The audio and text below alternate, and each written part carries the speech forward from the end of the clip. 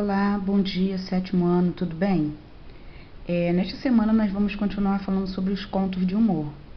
Entretanto, nós vamos, na verdade, falar sobre estratégias que quem escreve esse tipo de texto usa para gerar humor, né? Na página 351, tem aí uma questão falando de uma dessas estratégias, duas na verdade, que é o duplo sentido e a ironia.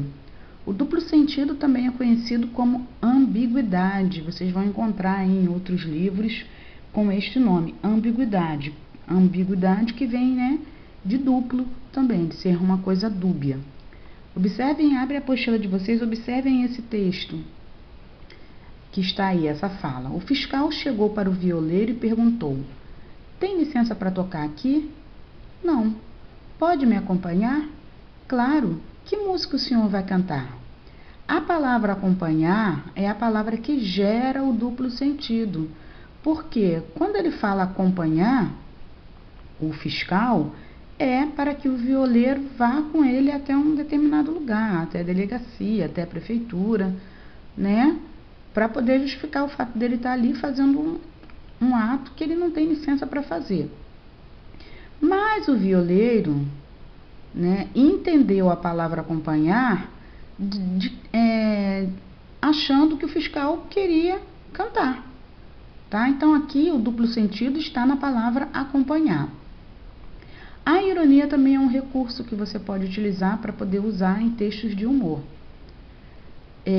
Ironia é quando você, né, fala uma coisa querendo dizer outra. Vamos lá, no texto. O menino liga para o avô e agradece o presente de aniversário. Puxa, avô, a bateria que o senhor me deu é ótima. Aí o avô: que bom que gostou, tá tocando muito? Não, o vizinho me paga R$ 10 todo dia para eu não tocar. Observem que a ironia está no fato.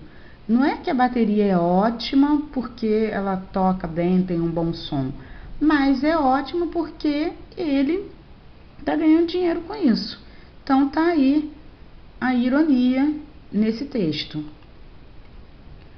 Outro recurso é a quebra de expectativa, ou seja, você está num discurso, numa fala, e esperando que alguma coisa aconteça e acontece outra. Nós vimos inclusive isso na aula passada, no texto que nós corrigimos do capítulo 2, tá? Essa questão de quebra de expectativa. É um recurso também usado em textos de humor.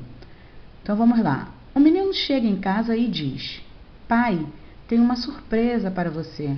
Que legal, filha. Qual é? Filho, qual é? Você não prometeu uma bicicleta se eu passasse de ano? Sim. Então, economizou um dinheirão.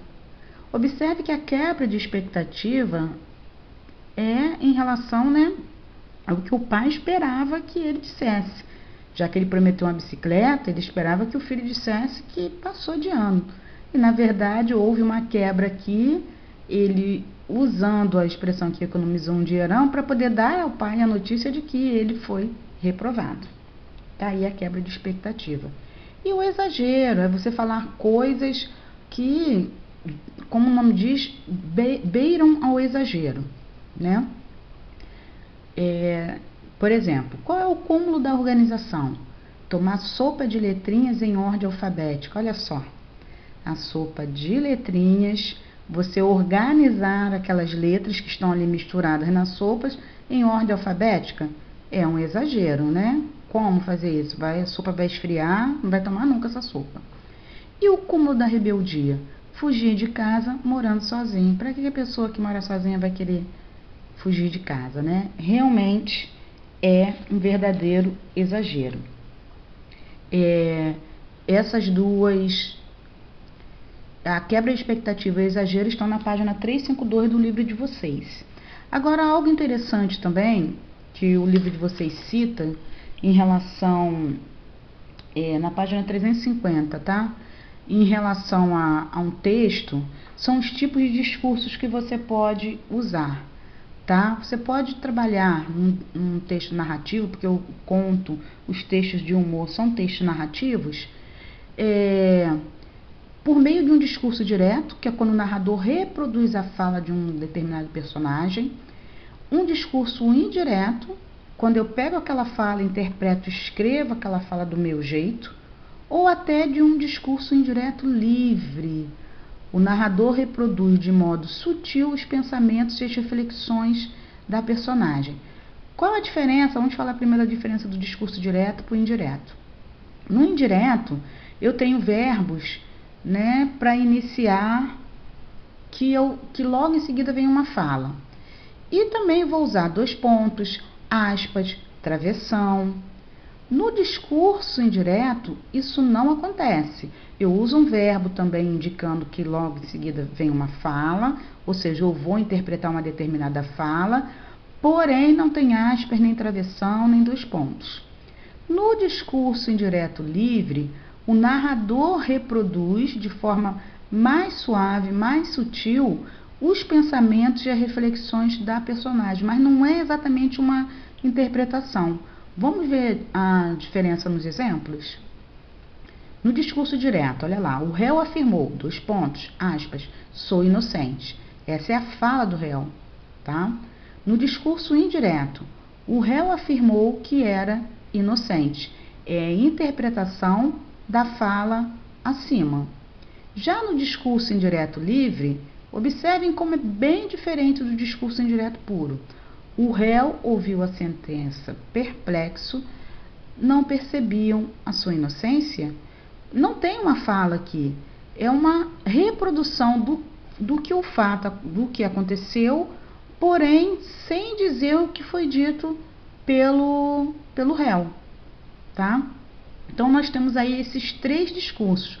O texto, inclusive, que está na abertura do capítulo 3, rolinhas, que eu vou pedir que primeiro vocês façam a leitura em casa para poder responder as questões, que na próxima aula eu vou corrigir com vocês esse capítulo e vou fazer a leitura também do texto. Esse texto rolinhas, ele tem bastante discurso indireto livre, tá? Você vê a fala do narrador e a fala dos personagens, eles ficam ali meio que misturados. Eu vou pedir que nesse primeiro momento vocês percebam isso, para que na próxima aula a gente continue falando sobre os contos, faça a correção do capítulo 3, tá? Então, bom dia para vocês, tudo de bom. Um outro detalhe, a produção textual, que está na página 352 e termina na 353, para vocês fazerem no formulário que vocês vão receber, tá? E enviar para mim, tá joia? Um beijo grande no coração de vocês, uma boa semana, tá? Saudades!